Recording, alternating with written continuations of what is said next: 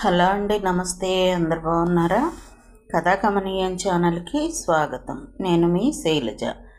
మనం పోల్కంపల్లి శాంతాదేవి గారు రచించిన ఆఖరి వీడ్కోలు నవల చదువుకుంటున్నాం కదా. 3వ భాగంలో ఏం జరిగిందో చూద్దాం. ఎవరో కాలింగ్ బెల్ అదే పనిగా నొక్కుతున్నారు. స్వరూప్ నిద్ర తేలిపోయింది. లేచి టేబుల్ మీదన్న టైం పీస్ చూశాడు. రాత్రి 11 గంటలు దాటింది. ఇప్పుడు తన కోసం వచ్చింది ఎవరబ్బా అనుకుంటూ షర్టు తొడుక్కొని తలుపు తెరిచాడు. తన స్నేహితులు రాంప్రసాద్, సత్యనారాయణ. ఏమిట్రా, అర్ధరాత్రి వచ్చి నిద్ర చెడగొట్టారు? నీకు మాధవిల్లు తెలుసా? తెలుసు. ఎందుకు? తాగి ఒళ్ళు తెలియకుండా రోడ్డు మీద పడి ఉన్నాడు. వాడిని ట్యాక్సీలో తీసుకువచ్చాం. తిన్నగా ఇంటికే చేరుద్దామంటే వాడి ఇంటి అడ్రస్ తెలియదు. మాధవ్ తాగాడా? వాడికి తాగుడు అలవాటు ఉందా? పిడుగుపడ్డట్టుగా అడిగాడు స్వరూప్. వాడిని ఈ స్థితిలో చూసింది ఈరోజే. ఎప్పుడైనా పార్టీలో పుచ్చుకునేవాడనుకుంటాను, సత్యనారాయణ అన్నాడు. స్వరూప్ కిందికి వచ్చి ట్యాక్సీలోకి తొంగి చూశాడు. వెనక సీట్లో అస్తవ్యస్తంగా పడుకొని ఉన్నాడు మాధవ్. అరే మాధవ్, మాధవ్! స్వరూప్ అతన్ని గిల్లాడు. అతనిలో ఎలాంటి కదలిక లేదు. ఎక్కువ డోసు పడిందని గుర్తించాడు. వీడిని ఈ స్థితిలో ఇంటికి తీసుకువెళితే వీడి భార్య బాధపడుతుందేమో. కొత్తగా పెళ్ళైన వాడు, భార్యను వదలక ఇంట్లోనే ఉండవలసిన వాడు బార్లో దూరి తప్పతాగి రోడ్డు మీద పడి ఉన్నాడంటే ఆ భార్య ఎలాంటిదో, ఆ కాపురం ఎలా సాగుతుందో మనం ఊహించుకోవచ్చు. రాంప్రసాద్ ఎగతాళిగా అన్నాడు. ఆమె పెళ్లికి ముందు ఎవరినో ప్రేమించిందట. వీడితో మనసు లేని కాపురం చేస్తోందట. వాడీరోజు చాలా వాగాడు. త్వరలో ఆవిడకు విడాకులు ఇచ్చేస్తున్నానని అన్నాడు. స్వరూప్ తల గిర్రుని తిరిగిపోయింది. మాధవ్ని ఈరోజు తన దగ్గరే ఉంచుకొని పొద్దున వాడికి బాగా బుద్ధి చెప్పి పంపాలన్న ఆలోచన విరమించుకొని మాధవ్ని అతనింటికి తీసుకెళ్లడానికే నిశ్చయించుకున్నాడు. పైకొచ్చి జేబులో కొంత చిల్లర వేసుకుని ఇంటికి తాళం పెట్టి లుంగీతోనే బయలుదేరాడు. రాంప్రసాద్, సత్యనారాయణ అక్కడి నుండి సెలవు తీసుకుని వెళ్ళిపోయారు. ట్యాక్సీ ఇల్లు సమీపిస్తుంటే స్వరూప్ హృదయంలో అలజడి కెరటంలా ఉవ్వెత్తున లేచింది. ఈ స్థితిలో మాధవ్ని తీసుకుని స్వప్న ఎదుట ఎలా పడాలి? ఏమని చెప్పాలి? ట్యాక్సీ దిగి తలుపు మీద టకటకా కొట్టాడు స్వరూప్. స్వప్న తలుపు తీసింది. మీరా? భయంతో 2 అడుగులు వెనక్కి వేసింది. స్వరూప్ ట్యాక్సీ వాడి సాయంతో మాధవ్ని ఇంట్లో పక్క మీదకి చేర్చాడు. ఏంటి, ఏమైంది ఆయనకి? కంగారు పడిపోతోంది స్వప్న. ఏం లేదు, కాస్త మందు పుచ్చుకున్నాడు. ట్యాక్సీ వాడికి డబ్బులిచ్చి పంపేశాడు. స్వప్న ముఖం వివర్ణమైంది. మీరు ఈయన్నెక్కడ పట్టుకొచ్చారు? చెప్పాడు స్వరూప్.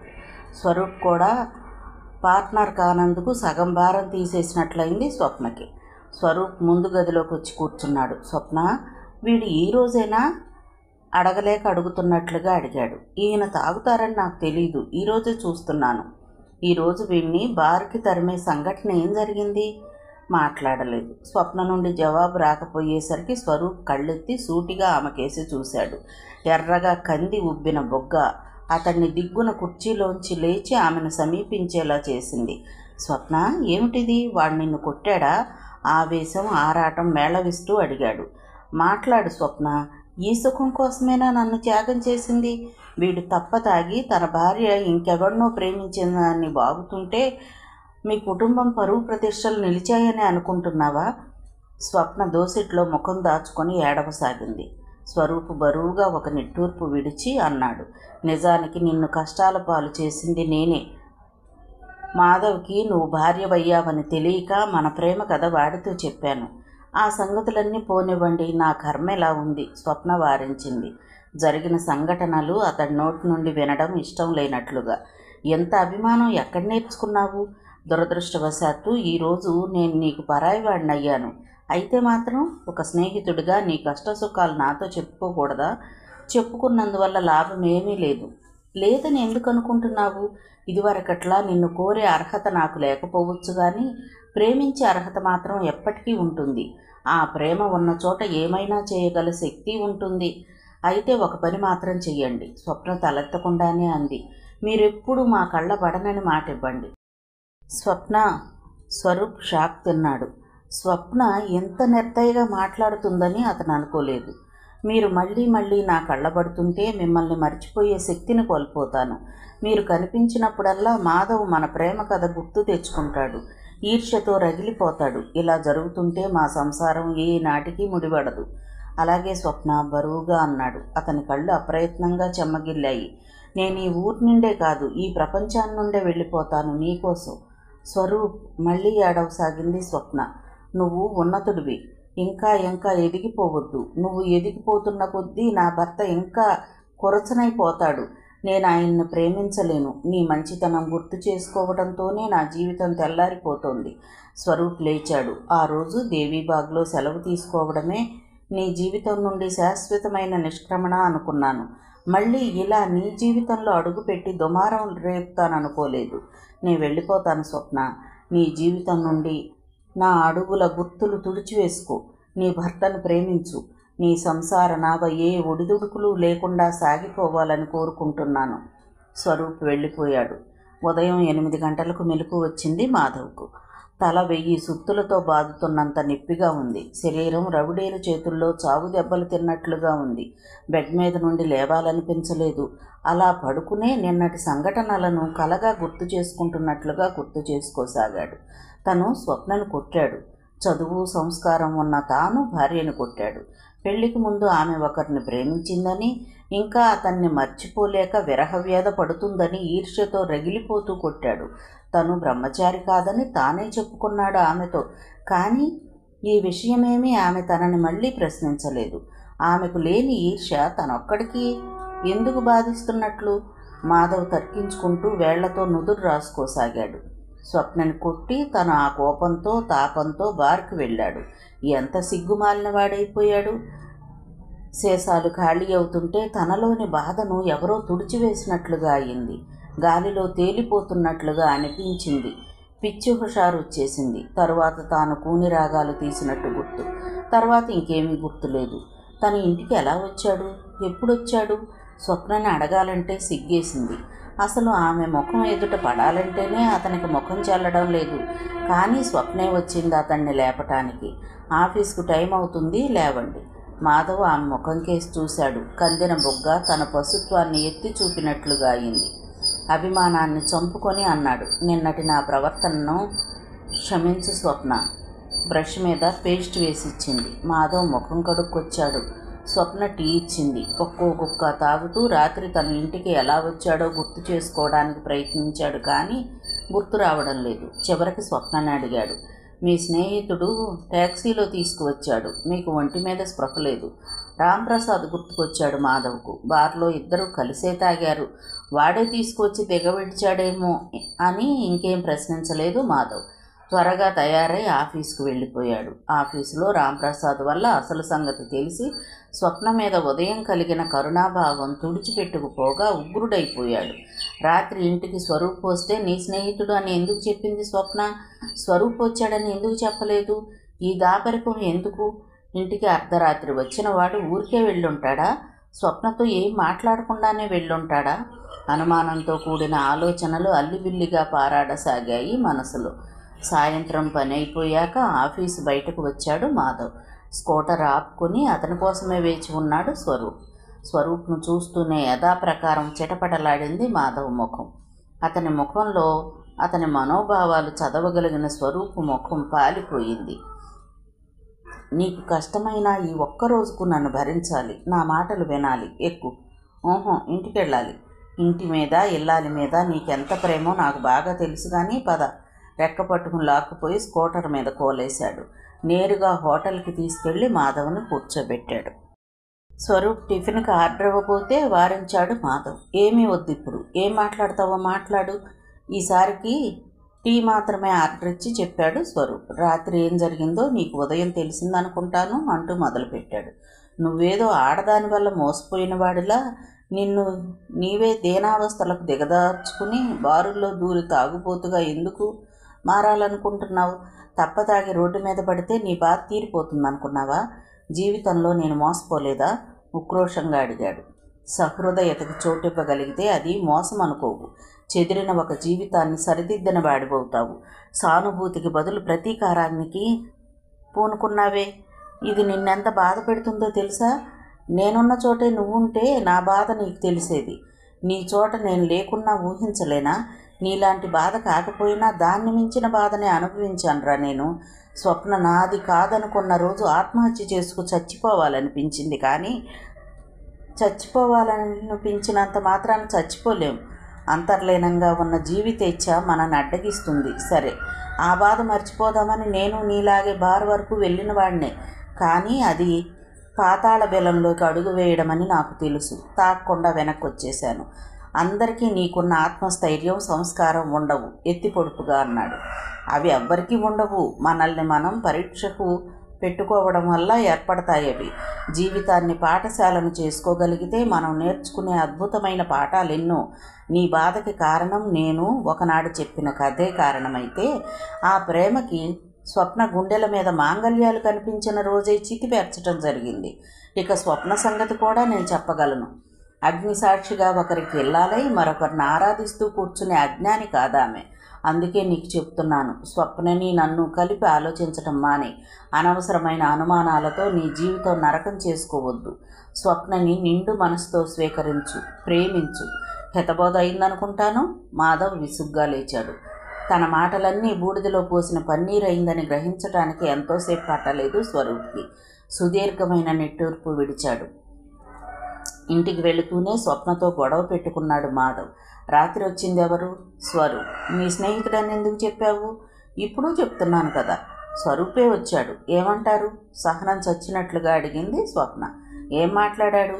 మీరు తప్పదాగి ఒళ్ళు తెలియకుండా మీ భార్య ప్రేమగాథ డప్పు వాయించిన సంగతి మీ కోలికి చెప్పాడట. ఆ సంగతే చెప్పాడు. మీ భార్య పెళ్లికి ముందే ప్రేమ ఆయన నడిపిందని అందరికీ చెప్పుకోవాలని ఉంటే దానికోసం బారుకు వెళ్ళి తప్పదాగాల్సిన అవసరం లేదండి. నా భార్య పెళ్లికి ముందే ఒకరిని ప్రేమించింది అని బోర్డు రాయించి ముఖానికో వీపుకో కట్టుకుంటే చాలు. సమాజం నుండి మీకు బోల్డ్ అంత సానుభూతి, సన్మానాలు లభిస్తాయి. తీక్షణంగా అంది స్వప్న. మాధవ్ ఆలోచనలో పడ్డాడు. నిజంగా తను స్వప్న గురించి అలా వాగాడా? స్వప్నని దబాయించబోయి ఇప్పుడు స్వప్న దబాయింపుకు లొంగాల్సి వచ్చింది మాధవ్. ఇద్దరి మధ్య ఎలాంటి సంభాషణలు నడిచుంటాయి?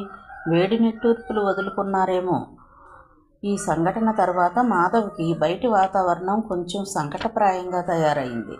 రాంప్రసాద్ ఏం చెప్పాడో ఆఫీసులో కోలీగ్స్ గుసగుసలు పోతున్నారు, పరిహాసపు మాటలు విసురుతున్నారు.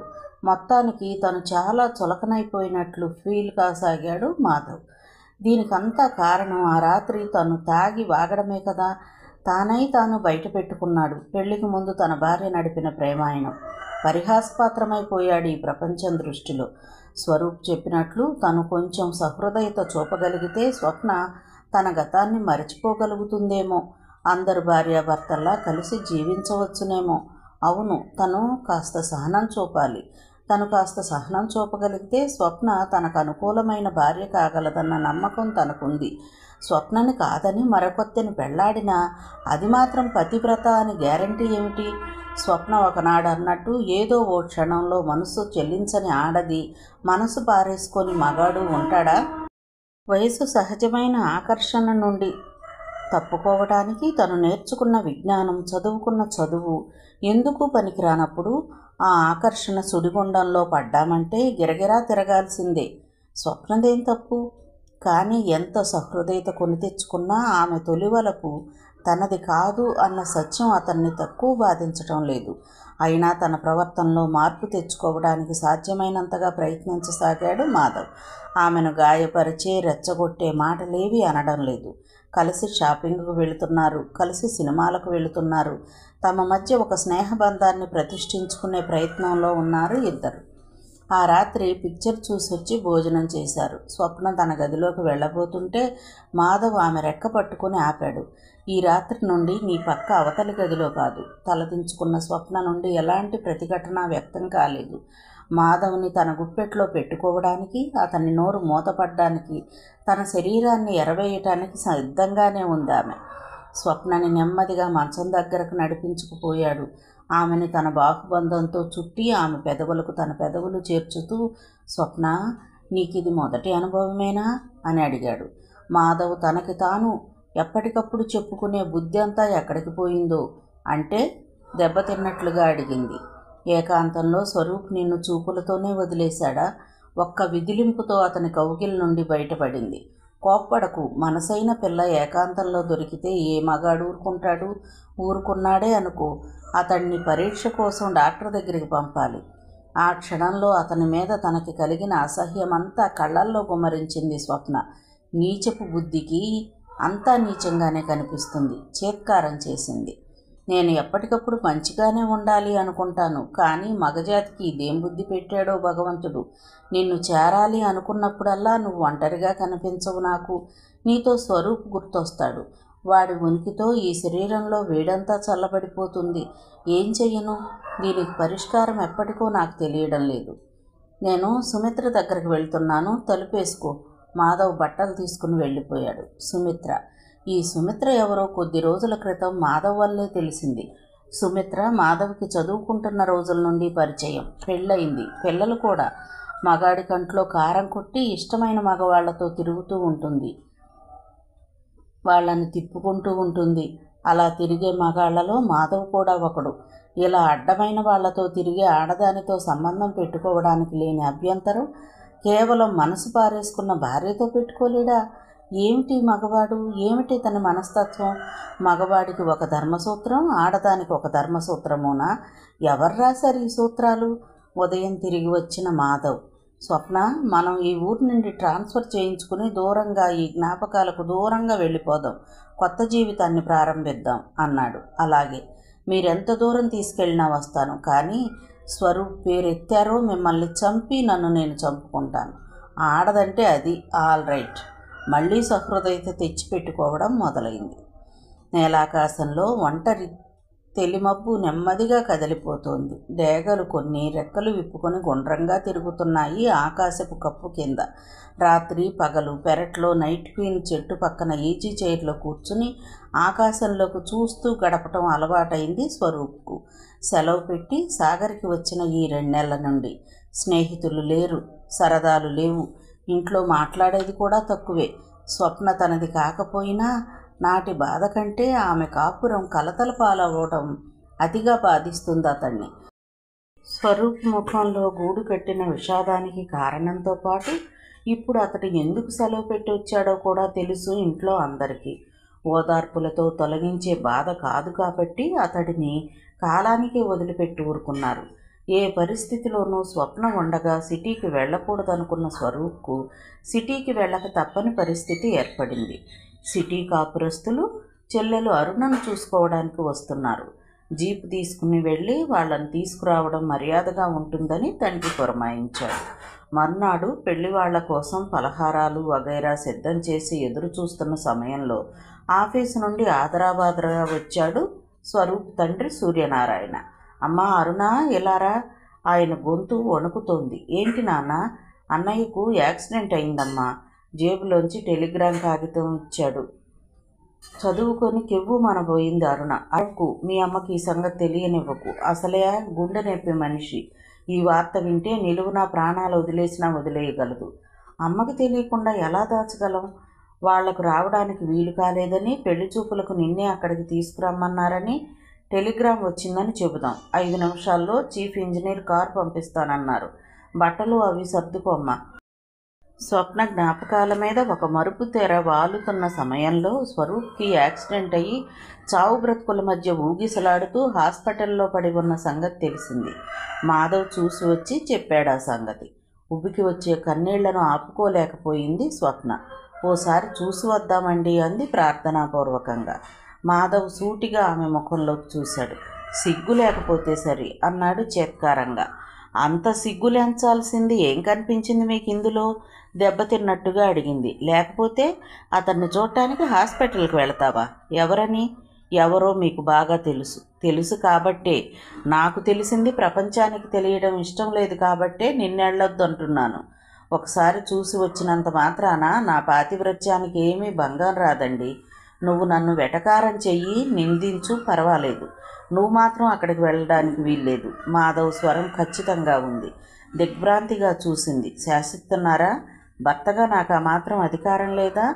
ఈ స్వప్న అధికారానికి లొంగే మనిషి కాదండి. గతంలో నాకెంతో ఆత్మీయుడు. అతను చావు బ్రతుకుల మధ్య ఉంటే చూసి రావాలనిపించదా? చూడకుండా ఉండడం నా వల్ల కాదు. చూసి వచ్చినంత మాత్రాన నా వల్ల జరిగే తప్పేమీ లేదు. వెళ్ళు, కానీ మళ్ళీ రానక్కర్లేదు. వచ్చినా నీకిక్కడ చూడదు. నా చోటు నాకెప్పటికీ ఉంటుంది. నాకెవ్వరూ దయతలిచేవాల్సింది కాదది. చిచ్చి, నీలాంటి ఆడదానితో సంబంధం పెట్టుకోవడం నా తప్పు. వెళ్ళు, వాడితోనే ఊరేగు. అప్పుడు మీ పరువు ఉంటుందా? నిన్ను కట్టుకున్న నాడే నా పరువు గంగలో కలిసింది. మిగిలిందేమైనా ఉంటే నీ ప్రియుడి మీద మోహంతో దాన్ని తగలేస్తున్నావు. మీరిన్నాళ్ళు ఎన్ని మాటలన్నా కుటుంబ గౌరవం కోసం పాకులాడాను. ఆత్మగౌరవం మంట కలిశాక కుటుంబ గౌరవం లెక్కేమిటి? వెళతాను, అలాగే వెళతాను. మీరు నన్ను బెదిరించేది విడాకులు ఇస్తాననే కదా? ఇవ్వండి, తప్పకుండా ఇవ్వండి. క్షణం క్షణం ఆత్మగౌరవం చంపుకుని మీతో కాపురం చేసే కంటే విడిపోవడమే నయం. అలా జరిగినాడు ఆత్మహత్య చేసుకుంటానన్నావే. చేసుకోను. నా జీవితంలో త్యాగం చేసే రోజులు గడిచిపోయాయనుకుంటాను. మొండికెత్తిన దానిలా అనేసి బ్యాగ్ తీసుకుని బయటికి నడిచింది స్వప్న. పళ్ళు పటపట నూరుతున్న మాధవ్ నోటి వెంట అసభ్యకరమైన ఏదో తిట్టు కూడా వచ్చింది. లెక్క పెట్టకుండా వెళ్ళిపోయింది స్వప్న. ఒళ్ళంతా బ్యాండేజ్ కట్లతో స్పృహ లేకుండా పడి ఉన్నాడు స్వరూప్. అతని చెల్లెలు అరుణ మాత్రం అతని బెడ్ దగ్గరే ఉంది. ప్రశ్నార్థకంగా చూస్తున్న ఆమెకు తనను ఎలా పరిచయం చేసుకోవాలో తెలియలేదు స్వప్నకు. ఎలా ఉంది? అస్పష్టంగా గొడిగినట్లుగా అంది. ఉదయం వరకు ఏం చెప్పలేమన్నారు డాక్టర్లు. కన్నీటితో తడిసిన కళ్ళతో స్వరూప్ను చూస్తున్న స్వప్నని ఆశ్చర్యంగా చూసింది అరుణ. మీరు? నా పేరు స్వప్న. స్వప్న గుర్తు రావడానికి అరక్షణం పట్టింది. గుర్తుకు వస్తూనే కనుబొమ్మలు ముడివేసింది. కళ్ళల్లో తిరస్కారం చోటు చేసుకోగా, యాక్సిడెంట్ సంగతి మీకెలా తెలిసింది అని అడిగింది. మా వారు చెప్పారు. మీరు స్వరూప్ చెల్లెలా? తలూపింది అరుణ. యాక్సిడెంట్ అయ్యిందని నాన్నకి ఆఫీస్కి టెలిగ్రామ్ వచ్చింది. అమ్మకి అంతకు ముందే గుండె నొప్పి వచ్చి కాస్త తగ్గింది. యాక్సిడెంట్ సంగతి ఆమెతో చెప్పకుండానే నన్ను బయలుదేరదీశారు నాన్న. అమ్మకి ఈ సంగతి తెలియదు ఇంకా. స్వరూప్ సన్నగా మూలుగుతున్నాడు. ఎంతసేపు నిలబడతారు? ఆ స్టూల్ మీద కూర్చోండి. తను కూర్చున్న స్టూల్ ఇవ్వబోయింది. మీరు కూర్చోండి, నేను ఇక్కడ కూర్చుంటాను. స్వప్న స్వరూప్ బెడ్ మీదే కూర్చుంది. ఆ సమయంలో అతను పరపురుషుడన్న ఆలోచన నశించింది. అతని చెంపలు ఆప్యాయంగా అరచేత్తో రాయసాగింది. కళ్ళ నుండి ఆగని కన్నీరు బొగ్గల మీద ప్రవాహమైంది. స్వప్న ప్రవర్తనకి విభ్రాంతిగా చూడసాగింది అరుణ. అన్నయ్యను ఎంతగా ప్రేమించే మనిషి అన్నయ్య జీవితాన్ని అగ్నిగుండంగా ఎందుకు మార్చింది? ప్రేమ కంటే కుటుంబ గౌరవం ముఖ్యమనుకునే ఈమె ఈరోజు అన్నయ్య పక్కన కూర్చుని అతన్ని స్పృశిస్తూ కన్నీరు కార్చడం ఏంటి? కుటుంబ గౌరవం ఇప్పుడెక్కడికి పోయింది? అమ్మా అరుణ, తండ్రి వచ్చాడు. అక్కడ బెడ్ మీద అపరిచిత యువతిని ఆశ్చర్యంగా చూశాడు. అరుణ, స్వప్న అంది నెమ్మదిగా సైగలతో మరికొంత వివరించింది. స్వప్నని స్వరూప్ పక్కన ఇంకెవరైనా చూస్తే బాగుండదని అరుణ స్వప్న భుజం తట్టింది. పిచ్చిదానిలా చూసింది స్వప్న. రాత్రి అయింది, మీకోసం వారు చూస్తూ ఉంటారేమో. స్వప్న కంగారుగా లేచింది. కొంగుతో కళ్ళను గట్టిగా తుడుచుకుని, వస్తాను, స్వరూప్కి స్పృహ వచ్చాక చెప్పండి స్వప్న వచ్చి వెళ్ళిందని అని బ్యాగ్ తీసుకుని బయటకు వచ్చిన స్వప్నతో పాటు అరుణ కూడా వచ్చింది. ఎంత ప్రేమించిన మీరు అన్నయ్య జీవితాన్ని నరకంగా ఎలా మార్చారు? ఇప్పుడు అనుకుంటున్నాను, చాలా పిచ్చి పని చేశానని, అర్థం లేని త్యాగం చేశానని. అనుభవించేదానికి రెట్టింపు బాధను అనుభవిస్తున్నాను. మీరు మరొకరిని పెళ్ళాడారని అన్నయ్య వల్ల విన్నప్పుడు ఇలా మోసగించగల స్త్రీలు కూడా ఉంటారా అనిపించింది. నిజంగా అన్నయ్య ఎంత డల్ అయిపోయాడు. నేను అనుకుంటాను, ఈ యాక్సిడెంట్లో అన్నయ్య ప్రాణం పోతేనే బాగుండేదేమోనని. ఒక్కసారిగా ఏడ్చి ఊరుకునేవాళ్ళం. నిత్యం బ్రతుకుతూ చచ్చే అతడిని చూడటం ఎంతో కష్టంగా ఉంది. మరీ ఇంత నిర్దయగా మాట్లాడకండి, ఏడవసాగింది స్వప్న మళ్ళీ వరండాలో స్తంభానికి ముఖం పెట్టి. పెద్దవాళ్ళని గౌరవించడం ముఖ్యమే. అలా ముఖ్యం అనుకున్నప్పుడు వాళ్లకు అనంగీకారమైన మార్గంలో మరో వ్యక్తిని మీ ప్రేమ పాశంతో బంధించి నడిపించడం తప్పు కాదా? అతడిని అక్కడే వదిలేసి మీ వాళ్ళని బాధించలేనని వెనక్కి పారిపోవడం బాగుందా? ఇప్పుడేడిస్తే లాభం ఏంటండి? నలిగిన మగవాడి గుండె సరికాదుగా ఆవేశంగా అడిగింది అరుణ. చివరిసారిగా దేవీబాగ్లో స్వరూప్ తనని విడిచి వెళ్ళిన నాటి సంఘటన కొద్ది క్షణాలు ముందుగా జరిగినంత ఇదిగా కళ్ళ ముందు కదిలింది స్వప్నకు. స్వప్న, నా కోసం నీ వాళ్ళని త్యాగం చేయలేవా? ఎంత ఆర్ద్రంగా దయనీయంగా అడిగాడు స్వరూప్. తను ఆ క్షణంలో గుండె రాయిగా చేసుకుంది. కొద్దిగా నిగ్రహించుకోగలిగితే తన వల్ల కుటుంబ ద్రోహం, సమాజ విద్రోహం వారింపబడుతుంది కదా అనుకుంది. కానీ ఈ ధర్మం పేరుతో 3 జీవితాలు అశాంతికి నిలయమైపోయాయి. భార్య తొలి వలపు తనది కాదని తన భర్త, వలపు ఒకరిది, జీవితం మరొకరిది అయిన బాధ తనకు. వలచిన పిల్ల దూరమై స్వరూప్ తనానాడు గుండె రాయి చేసుకోవడం వల్ల జరిగిన అనర్థమిది. స్వప్న ఇంటికి చేరేసరికి రాత్రి 10 గంటలైంది. వస్తూ అనుకుంది మాధవ్ ఎన్ని మాటలన్నా తను మెదలకుండా ఊరుకోవాలని. కానీ మూసిన తలుపుకు తాళం వేలాడుతూ స్వప్నను వెక్కిరిస్తున్నట్లుగా కనిపించింది. మాధవ్ని ఎదిరించి ఈరోజు స్వరూప్ను చూడడానికి వెళ్ళిన ఫలితం మాత్రం బాగుండదని ఊహిస్తూ వచ్చిన స్వప్న మ్రాన్పడినట్లుగా కాసేపు అక్కడే నిలబడింది. అతడు తనకు గుణపాఠం చెప్పడానికే ఇంటికి తాళం పెట్టుకుని పోయాడు. ఇప్పుడే వస్తాడన్న ఆశ లేదు. ఇలా రోడ్డు మీద ఎంతసేపని నిలబడటం? ఆ వీధి మలుపు దగ్గర స్వప్నకి కావలసిన వాళ్ల ఇల్లు ఉండటం, ఈ రాత్రి ఈ ఆపద నుండి తప్పించుకోవడానికి సరైన ఆశ్రయం అనుకుని అటు నడిచింది. పిన్ని వరుసైన ఆ ఇంటావిడ ఏమే ఇంత రాత్రి వచ్చావు అంది. ఒక ఫ్రెండ్కి యాక్సిడెంట్ అయితే చూడటానికి హాస్పిటల్కి వెళ్ళాను పిన్ని. వచ్చేసరికి రాత్రి అయింది. ఆయన నా కోసం బయలుదేరారో ఏమో. ఇంటికి తాళం పెట్టుంది. రాత్రిపూట ఎంతసేపని రోడ్డు మీద నిల్చోవడమని ఇటు వచ్చాను అంది. 1 గంట అక్కడే కూర్చుని వాళ్ళ అబ్బాయిని పంపించింది. మాధవ్ వచ్చాడేమో చూసి రమ్మని. వెళ్ళొచ్చి తలుపు మూసే ఉందని చెప్పాడు. అయ్యో మీ ఆయన నీకోసం ఎక్కడెక్కడ తిరుగుతున్నాడో ఆవిడ ఆత్రం వ్యక్తం చేసింది. ఏం చేస్తావు, ఈ రాత్రి ఎక్కడే పడుకో అంది. స్వప్నకి గుండెల మీద బరువు తీసేసినట్లుగా అయింది. ఆవిడకు అసలు సంగతి తెలిసిపోకుండా ఈ రాత్రి తలదాచుకోవడానికి చోటు దొరికింది కదా అని. ఉదయం కూడా మాధవ్ రాకపోయేసరికి స్వప్నకి పెద్ద చిక్కు సమస్యలో పడినట్లుగా అయింది. ఈయన ఎలా నన్ను రోడ్డు మీద నిలబెట్టి అల్లరి పెడదామనుకున్నారా? పిన్నిగారింట్లోనే ఆ పూట గడిచిపోయింది స్వప్నకు. సాయంత్రం పిల్లవాడిని పంపితే మాధవ్ వచ్చాడని తెలిసింది. స్వప్న బయలుదేరింది. ఆమె గుండెలు అదురుతున్నాయి. స్వరూప్ని చూడకుండా ఉండలేనని ధిక్కరించి వెళ్ళింది. దానికి ఆయన ప్రతీకారం ఏ రూపంలో ఉంటుందో. ఆత్మగౌరవం దక్కని సంసారం తనకు అక్కర్లేదని ఆవేశంతో అనేసి వెళ్ళింది. కానీ నిజంగా అదే జరిగితే భర్త వదిలేసిన స్త్రీగా నిలబడాలా తను?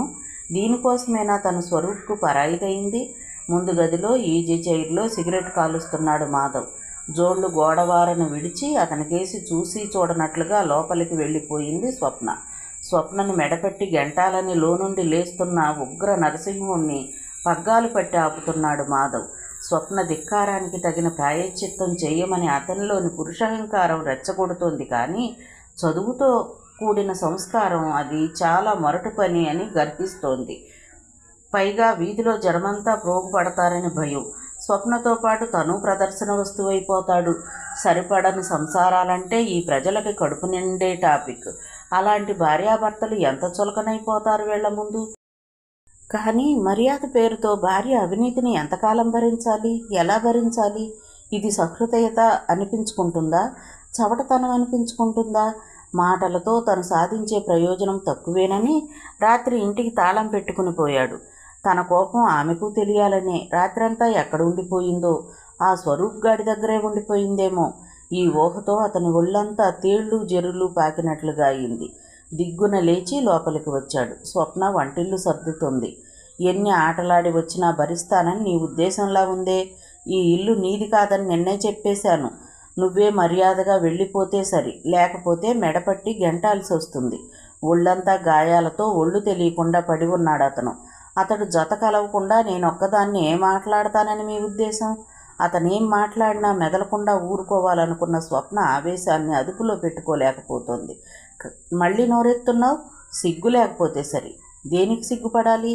ఎంత ధైర్యస్తురాలివి కాకపోతే పెళ్లికి ముందు ప్రేమ కలాపాలు, ప్రేమ కలాపం, ప్రేమ కలాపం, ప్రేమ కలాపం. ఎన్నిసార్లు ఈ మాటలతో నన్ను అణచాలని, గుప్పెట్లో పెట్టుకోవాలని చూస్తారు? ప్రేమించి ప్రేమింపబడిన ఆడది అంతలోకువా? నేనేం అతనితో అక్రమ సంబంధం పెట్టుకోలేదే. ప్రాణాపాయ స్థితిలో ఉన్నాడని విని మనసు పట్టలేక చూద్దామని వెళ్ళాను. అంత మాత్రానికే నన్ను మెడపట్టుకు బయటికి గెంటుతారా? ఇంటికి తాళం పెట్టుకుని వెళ్ళిపోతారా? ఇవాళ ప్రేమిస్తే తప్ప అంటున్నావు, రేపు కామిస్తే తప్ప అంటావు. అవును, మనుషులు ఎంత ఎదిగినా ఇవి ఒప్పులనేంతగా ఎదగలేదని నువ్వు గ్రహిస్తే మంచిది. క్షణం క్షణం ఆత్మగౌరవం చంపుకుంటూ ఈ సంసారం చేసే కంటే విడిపోవటమే మంచిదన్నావే. క్షణక్షణం నీ మనసులో పరపురుషుడు మెదులుతూ ఉంటే నీతో కాపురం చేయడం అంతకన్నా నరకం. కలవని మనసులతో ఈ సంసారం చేసే కంటే మనం విడిపోవటమే మంచిది. ఈ సంసారం మరీ హాస్యాస్పదం కాకముందే మనం విడిపోవాలి. మనసులు కలవకపోతే విడిపోవటం, మనసులు కలిసినంత మాత్రాన జీవితాన్ని పెనవేసుకోవడం అంత సులభం కాదండి. మన సమాజంలో కాదనలేని సత్యం ఇది. స్వప్న నుండి తాను విడిపోవాలనుకుంటున్నాడు కానీ అదంత సులభం కాదు. చట్టబద్ధంగా విడాకులు తీసుకోవాలంటే ఎంత డొంక తిరుగుడో ఉంటుంది. కోర్టులో ఇవ్వాల్సిన సాక్ష్యాలు తలుచుకుంటే కంపరమెత్తుతోంది. చట్టం జోలికి పోకుండా విడిపోవాలంటే ఇరువైపు పెద్దలు రంగంలోకి దిగుతారు. అలా అని ఎన్నాళ్ళు ఈమెతో ఈ కాపురం? ఈ సమస్య ఇద్దరి మధ్య నలగడం కంటే మూడో వ్యక్తిని ఆహ్వానిస్తే బాగుంటుందేమో. ఈ ఆలోచన వస్తూనే ఓసారి రమ్మని పురుషోత్తానికి ఉత్తరం రాశాడు మాధవ్. అతడు మూడో నాటికల్లా దిగాడు. స్వప్న లోపల వంట చేస్తోంది. గంటసేపు బావగారి సొద విని అతను లోపలికి వచ్చాడు. బావ చెప్పేదంతా నిజమేనా అడిగాడు. ఏం చెప్పాడు? నువ్వు స్వరూప్తో మళ్ళీ అక్రమ సంబంధం పెంచుకుంటున్నావటగా. యాక్సిడెంట్ అయ్యి చావు బతుకుల మధ్య ఉంటే చూసొచ్చాను. ముందు ఆయన్నే తీసుకెళ్ళమన్నాను. సిగ్గు లేకపోతే సరి అని తిట్టాడు. ఒకసారి చూసొస్తే తప్పేంటని ఆయన వద్దన్నా వెళ్ళాను. దీన్నే నా సంబంధం పెట్టుకోవడం అంటే? నీ మనసుకి ఇది మామూలు విషయంగానే కనిపించవచ్చు కానీ మరో మనిషి ఏమాత్రం సమర్థించలేని విషయం. స్వప్న, ఒకరికి వెళ్ళాలివై అతడి మీద మనసు చంపుకోలేకపోతే బావ సహృదయత నిన్ను ఈ మాత్రం ఈ ఇంట నిలవనిచ్చింది కానీ మరొకరైతే ఎంతమాత్రం సహించని సంగతి ఇది. దైహికంగానే కాదు మానసికంగా కూడా మరొకరితో ఆడదాన్ని పంచుకోవడానికి ఇష్టపడడు పురుషుడిని అని సమర్థించక ఏం చేస్తాడు? కోరిన అమ్మాయి భార్య అయి వచ్చింది. తన బాధ ఇతనికెలా తెలుస్తుంది? ఈ నీతులు చెప్పే వాళ్ళందరూ ఆ బాధలకు అతీతమైన స్థానంలో ఉండే చెప్తారు. స్వప్నలో కసిలాంటిది ఏర్పడుతోంది. స్వరూప్కు దూరమైన బాధ విశ్వరూపం దాలుస్తున్నట్లుగా ఉంది. దానికి వీళ్ల సంకుచితత్వంతో సహకరిస్తున్నారు. స్వప్న, ఈ సంగతి అమ్మ వాళ్లకు వెడితే ఏమవుతుందో తెలుసా? ఎంత బాధపడతారు? ఈ కుటుంబ మర్యాద పేరుతో రెండు ప్రేమించుకున్న హృదయాలు నిర్దయగా నలిపివేయబడ్డ సంగతి ఈ పెద్ద మనిషి గుర్తుపెట్టుకుంటే బాగుండేది. మాధవ్కు అనుకూలంగా నడుచుకొని కాపురం కూలిపోకుండా కాపాడుకోమని, ఈ సంగతి పెద్దవాళ్ల వరకు వెళ్ళకముందే మాసిపోయేలా చెయ్యమని హితవులు చెప్పి ఉపదేశాలు చేసి వెళ్ళిపోయాడు పురుషోత్తం. తను ఒకనాడు మాధవ్కి మాట ఇచ్చింది, స్వరూపుని మర్చిపోతానని. మర్చిపోలేకపోతే ఆత్మహత్య చేసుకుంటానని. మొదటిది అసంభవంగా కనిపిస్తుంది. స్వరూప్కి తను తిరిగి తారసపడకపోతే అది సాధ్యమయ్యేదేమో. రెండోది, అది తనకి దగ్గరకి వస్తున్నట్లే ఉంది. స్వప్నని ఒక విధమైన నైరాశ్యం, విరక్తి ఆవరించుకున్నాయి. చాలాసేపటి నుండి నిద్రపోతున్నట్లుగా ఉన్న స్వరూప్ కళ్ళు తెరిచాడు. కుడికాలు కొంచెం పైకి మడుగు అరుణ. తన పక్కన స్టూలు మీద కూర్చుని ఉన్నది ఎవరో చూడకుండానే అన్నాడు. స్వప్న అప్పుడు చెప్పినట్టు చేసింది. కాలు కదుపుతూ ఉంటే అబ్బా అమ్మా అంటూ అతను వ్యక్తం చేసిన బాధకు స్వప్నకు కళ్ళల్లో నీళ్లు తిరిగాయి. చీమకైనా హాని తలపెట్టని మెత్తని మనసు. ఇతను ఎంత బాధపడుతున్నాడెందుకు? ఆ దేవుడు ఎందుకు ఇలా చేశాడు? కాళ్ల కింద పడిన దుప్పటి పైకి లాగి అంచులు సరిచేసింది స్వప్న. అప్పుడు చూశాడు స్వప్నను స్వరూప్. ఆనందం, ఆశ్చర్యం ఊపిరిగొన్న కంఠంతో స్వప్న, నువ్విక్కడా అంటూ అర్థోక్తిగా ఆపాడు. అతని ముఖంలో భావాలు చూసి నవ్వబోయింది. మీరు చూస్తున్నది స్వప్ననే, కల కాదు. అరుణేది? జవాబు చెప్పాల్సి వచ్చేసరికి స్వప్నకు గుండెల్లో రాయి పడినట్లుగా అయింది. కొడుక్కి యాక్సిడెంట్ అయిన సంగతి ఎలాగో స్వరూప్ తల్లికి తెలిసి గుండెల్లో నొప్పి వచ్చి మాట పలుకు లేకుండా పడిపోయిందట. అక్కడి నుండి ఎవరో ట్రంకాలు చేస్తూనే అరుణ ఆమె తండ్రి ప్రయాణం కాక తప్పలేదు. అరుణ స్వప్న అడ్రస్ అతి కష్టం మీద తెలుసుకుని వచ్చి తిరిగి తాము వచ్చేదాకా అన్నయ్య సేవాభారం స్వీకరించమని అర్థించింది. స్వప్న సందేహించకుండా అరుణతో వచ్చి స్వరూప్ భారాన్ని మీద వేసుకుంది. ఆ సంగతే స్వరూప్తో చెప్పింది. తల్లిని గురించిన ఆందోళనతో నిండిపోయింది స్వరూప్ ముఖం. అమ్మకు గుండెల్లో నొప్పి వచ్చినప్పుడల్లా ప్రాణం పోయినంతగా బాధపడుతూ ఉంటుంది. ఇప్పుడు ఎలా ఉందో? మాధవ్ని అడిగే వచ్చావా? కాసేపు అయ్యాక అడిగాడు. వెళ్ళమన్నాడు. ఆ సమయంలో నిజం చెప్పి అతన్ని నొప్పించాలనిపించలేదు. అయితే మాధవ్ మారాడన్నమాట. అతని కళ్ళల్లో సంతృప్తి లాంటిది కలిగింది. యాక్సిడెంట్ ఎలా అయిందో తెలుసా? తెలుసు. ఆర్టీసీ బస్సు కింద పడ్డావు. ఎందుకు పడ్డానో తెలుసా? కావాలనే పడ్డావా? స్వప్న భయంగా అడిగింది. కావాలని కాదు. నాకు యాక్సిడెంట్ జరిగిన రోజు నువ్వు సుల్తానా బజార్ వచ్చావా? రాలేదే. అయితే నీలాంటి అమ్మాయే ఉండాలి. నువ్వే అనుకున్నాను. నీ కళ్ళలో పడకూడదని గబగబా వెళ్ళబోయాను. ఆ తొందరలో బస్సు కింద పడ్డాను. స్వరూప్ కోరిక మీద అతన్ని దెళ్లకు చేరగల కూర్చోబెడుతూ ఉండగా గదిలోకి 2 యువకులు వచ్చారు. ఆ ఇద్దరిలో ఒకడు మాధవ్, రెండో అతను రాంప్రసాద్. స్వరూప్ను పరామర్శించి 5 నిమిషాల్లో వెళ్ళిపోయారు. స్వప్న, మాధవ్ మాట్లాడలేదేమిటి నీతో? పక్కన ఆయన స్నేహితుడున్నాడుగా. నేను తన భార్యనని అతనికి తెలియడం ఇష్టం లేదు కాబోలు. నిజం చెప్పు స్వప్న, నువ్వు రావడం మాధవ్కి ఇష్టమేనా? అరుణ వచ్చి పిలిచినప్పుడు ఆయన ఇంట్లోనే ఉన్నాడు. ఆపదలో ఆదుకోలేకపోతే మనం ఎందుకు వెళ్ళు అన్నారు. నిజానికి అరుణ వచ్చి పిలిచినప్పుడు మాధవ్ని ఒక్క మాట కూడా అడగలేదు స్వప్న. తను త్వరలో జీవితం చాలించబోతుంది. మాధవ్కి తను చేసిన వాగ్దానం ప్రకారం అతన్ని అడగాల్సిన అవసరం కనిపించలేదు. అరుణ ఆమె తండ్రి 2 రోజుల వరకు రాలేదు. ఆ 2 రోజులు మనస్ఫూర్తిగా స్వరూప్కి సేవ చేసింది స్వప్న. తన కారణంగా ఇతనెంత మానసిక వ్యధ అనుభవించాడు. ఆత్మహత్య చేసుకోబోతూ ఈ మాత్రం ఇతనికి సేవ చేసుకోగల అవకాశం లభించడం తన అదృష్టం. స్వప్న ఇంటికి వచ్చినా బయటకు వెళ్ళినా ఎక్కడికి ఎందుకు అని అడగడం మానేశాడు మాధవ్.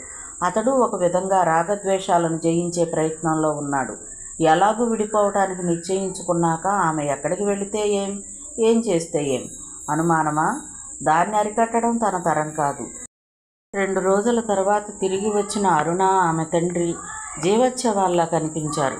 వస్తూనే అరుణ బావురమంటూ అన్నగారి మీద పడింది. అమ్మని బూడిద చేసి వచ్చామన్నయ్య అంటూ. బడి నుండి వచ్చి తలుపు తీసి లోపలికి అడుగుపెట్టిన స్వప్న ఇంట్లో జరిగిన మార్పుకు కొయ్యబారిపోయినట్లుగా నిలబడింది. గదిలో సామానంతా చెల్లా చెదురుగా పడి ఉంది. స్వప్న తలుపు తెరుస్తూనే కంటికి కనిపించేలా టీపాయ్ మీద ఫ్లవర్ వాజ్ మీద కాగితం ఉంచబడింది. ఆ కాగితం చేతిలోకి తీసుకోకముందే ఏం జరిగి ఉంటుందో స్వప్నకు తోచింది. మాధవ్ వెళ్ళిపోయి ఉంటాడు. ఈ ఇంటిని తనని వదిలేసి చాలా రోజులయ్యింది. తన కుర్చీలు, బల్ల, ఇంకా తనదైన సామాను ఏముందో అవన్నీ తీసుకెళ్ళిపోయినట్టున్నాడు. ఇల్లంతా ఓసారి కలిగి చూసి టీపాయ్ దగ్గరకు వచ్చింది. ఫ్లవర్ వాజ్ జరిపి వణికే చేతులతో కాగితం చేతిలోకి తీసుకుంది. స్వప్న, నేను వెళ్ళిపోతున్నాను. మనం కలిసి భార్యాభర్తలుగా జీవించటానికి 1 ఏడాది గడువు కోరావు. స్వరూప్ను మర్చిపోవడానికి ఈ వ్యవధి కావాలి అన్నావు. ఇచ్చాను. ఏ మగవాడు ఇవ్వని అవకాశం నేను నీకు ఇచ్చాను.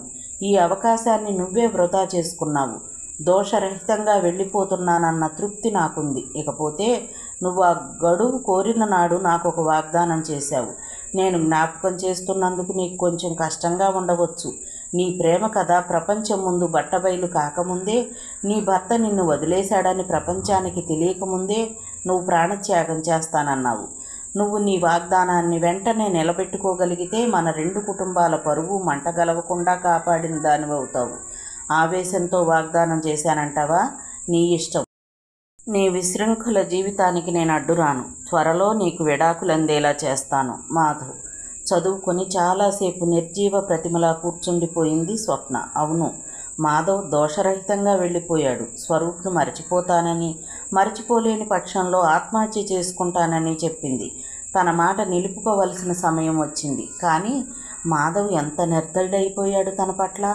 ఆత్మహత్య చేసుకోమని ఆదేశించే ముందు అగ్నిసాక్షిగా పెళ్లాడిన భార్య అన్న అభిమానం, ఎన్నాళ్ళు ఓ కప్పు కింద కలిసి జీవించిన అనుబంధం పెసరంత కూడా అడ్డు రాలేదా? దొంగలు పడి చల్లా చెదురుగా చిమ్మివేసినట్లుగా ఉన్న వస్తువులకేసి వెర్రిగా చూస్తూ చాలాసేపు అలాగే కూర్చుండిపోయింది. అవి సర్దే ప్రయత్నమేమీ చేయలేదు. మాధవ్ కోసం భార్యగా తనేమీ చేయకపోయినా అతని చివరి ఆదేశాన్నైనా వెంటనే నెరవేర్చాలి. మాధవ్ రాసుకున్న లెటర్ ప్యాడ్ తీసుకుని 1 పేజీలో ఇలా రాసింది. మాధవ్ గారు, మీ ఆదేశానికి పూర్వమే నా వాగ్దానం నెరవేర్చుకోవాలనే నిశ్చయానికి వచ్చేశాను. నా వల్ల మీకు భార్యగా సుఖం దక్కకపోయినా అప్రతిష్ట చుట్టుకునేలా చేయడం ధర్మం కాదని నాకు తెలుసు. అందుకే వెంటనే మీ ఆదేశాన్ని నెరవేరుస్తున్నాను. స్వప్న. మరో కాగితం మీద ఇలా రాసింది. ప్రియమైన స్వరూప్, వెళ్ళిపోతున్నాను. ఈ ప్రపంచం నుండే వెళ్ళిపోతున్నాను. నువ్వు ఇది చదువుకుని స్వప్న అంటూ దిక్కులు పెక్కటిల్లేలా అరిచే సమయానికి అది వినడానికి స్వప్న జీవించి ఉండదు. దేవీబాగ్లో మన ప్రేమలతను పెంచుకున్నాం. అక్కడే విడిచేశాననుకున్నాను. తాత్కాలికంగా విరిచేశానేమో కానీ తిరిగి నిన్ను చూడడంతో అది ఆనలు కొనలుగా సాగి మాధవ్కి నేను ఇచ్చిన వాగ్దానం నిలుపుకోలేని బలహీనురాలిని చేసింది. దానికి పరిహారంగా ఆయనకి నేను ఇచ్చిన వాగ్దానం మరో విధంగా చెల్లించేలా చేసింది. ఆ వాగ్దానం ఏమిటో మాధవ్ రాసిన ఉత్తరం దీనితో జత కలిపితున్నాను. చదివితే నీకు తెలుస్తుంది. మాధవ్కి నేను రాసిన ఆఖరి మాటలు అతని అడ్రస్కు పంపించు. నిన్ను పెట్టిన బాధకు నాకు ఈ శాస్తి కావలసిందే స్వరూప్. నీ హృదయం ఎంత ఘోష పెట్టిందో ఆ ఉసిరే నన్ను ఈరోజు ఈ పరిస్థితికి తెచ్చింది. మళ్ళీ జన్మంటూ ఉంటే నిన్ను ప్రేమించి పెళ్లాడే అదృష్టాన్ని కోరుకుంటూ వెళ్ళిపోతున్నాను. స్వప్న. మాధవ్ రాసిన చీటీతో పాటు ఈ 2 కాగితాలు జత చేసి కవర్లో పెట్టి మూసి స్వరూప్ అడ్రస్ రాసింది. కవర్ బ్యాగ్లో పెట్టుకుని ఇంటికి తాళం పెట్టి బయలుదేరింది. బజార్లో టిక్ 20 తీసుకుని అది కూడా బ్యాగ్లో పెట్టుకుంది. అక్కడి నుండి స్వరూప్ ఇంటికి బయలుదేరింది ఆటోలో. స్వరూప్ డిశ్చార్జ్ అయి ఇంటికి వచ్చి 2 రోజులైంది. మరో వారం రోజుల్లో అతను సాగర్ వెళ్ళిపోతున్నాడు. ప్రస్తుతం అన్నను కనిపెట్టుకుని అరుణ ఇక్కడే ఉంటోంది. స్వరూప్ స్వప్నను చూస్తూనే అడిగాడు, మాధవ్ ఈరోజు శ్రీశైలం వెళ్ళిపోయాడటగా, నువ్వెప్పుడు వెళుతున్నావు స్వప్న? ఎవరు చెప్పారు నీకు? రాంప్రసాద్. అయితే ఆయన శ్రీశైలం వేయించుకుని తనకు దూరంగా వెళ్ళిపోయాడన్నమాట. ఆయన క్వార్టర్ దొరికాక రాస్తానన్నారు. సెలవు పెట్టి వెళతాను.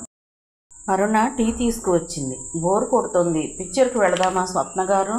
సారీ అరుణ, తలనొప్పిగా ఉంది. అయితే కూర్చుని కబుర్లు చెప్పుకుందాం. కూర్చోండి, నేను గబగబా వంట ముగించేస్తాను. ఈ రాత్రి మీరెక్కడే భోజనం చేయాలి. మీ వారు లేరుగా? అరుణ లోపలికి వెళ్ళిపోయింది. స్వప్న, స్వరూప్ ఇద్దరే మిగిలారు. మోగబొమ్మలా నా ముఖంలోకి అలా చూస్తున్నావేంటి స్వప్న? ఆర్తిగా తన కళ్ళల్లోకి చూస్తున్న స్వప్నకేసి ఆశ్చర్యంగా చూశాడు. ఎలా చూస్తున్నాను? ఇంకెప్పుడు ఈ ముఖాన్ని మరి చూడబోను అన్నట్లుగా, ఆఖరిసారిగా తృప్తిగా చూసుకుంటున్నట్లు. వెళ్ళిపోతున్నానుగా, ఇంకెందుకు చూస్తాను నిన్ను చూస్తే మాధవ్లో ఈర్ష్య, అనుమానం, అతడిలో మళ్ళీ అవి రేగకుండా మనది శాశ్వతమైన వీడ్కోలు కావాలి. ఈ మాట అంటుంటే స్వప్న కళ్ళల్లో కన్నీటి తడి మెరిసింది. గొంతు గద్గదికమైంది. శాశ్వతమైన వీడ్కోలు నిర్వేదంగా నిట్టూర్చాడు. అది దేవీబాగ్లోనే జరిగిందనుకున్నాను. కానీ మళ్ళీ తారసపడి మీ కాపురంలో కలతలు రేపుతాననుకున్నానా? బతికి ఉన్నంతసేపు అదే శాశ్వతమైన వీడ్కోలు అని ఎలా అనుకుంటాం స్వప్న? ఇక మనం కలుసుకోం. ఎలా చెప్పగలవు? ఎప్పుడో ఎక్కడో కలుసుకోకపోతామా? కలుస్తామో లేదో, ఈ రూపంలో మాత్రం ఉండము. ఏ రూపంలో ఉంటాం? తలలు ముగ్గు బుట్టలుగా నెరిసి ఒళ్ళు వణుకుతూనా? అప్పుడు పేచీ ఉండదు. అప్పుడు మనల్ని ఎంత సన్నిహితంగా చూసినా మాధవ్ ఈర్ష్యపడ్డు. స్వరూప్ ఊహించినట్లుగా స్వప్న నవ్వలేదు. స్వప్న ఆర్తిగా పిలిచాడు. ఈరోజు నీ ముఖంలో ఏదో వ్యధ కనిపిస్తోంది. ఎందుకు? మాధవ్కు నీకు మళ్ళీ ఏదైనా జరిగిందా? ఏం జరగలేదు. అలా ఉన్నావెందుకు? తలనొప్పి అంతేనా? అరుణ వచ్చింది పొయ్యి మీద కుక్కరుంచేసి. స్వప్న లేచింది హఠాత్తుగా. మీరు లేస్తున్నారేంటి? మీకోసం కూడా నేను వంట చేస్తున్నాను. నేను ఇంటికి వెళ్ళిపోవాలి. మరెప్పుడైనా వస్తాను. బ్యాగ్ చేతిలోకి తీసుకుంది. అరుణ అభ్యర్థన లెక్క చేయకుండా గబగబా మెట్లు దిగసాగింది. తూలి రైలింగ్ ఆసరా చేసుకోబోయింది కానీ పట్టు చెక్కక దొర్లిపోయింది. కెవ్వుమన్నది అరుణ. స్వప్నకి స్పృహ వచ్చేసరికి అరుణ బెడ్ మీద ఉంది. అరుణ, స్వరూప్ ఆమె ముఖంలోకి ఆతృతగా చూస్తూ కూర్చుని ఉన్నారు.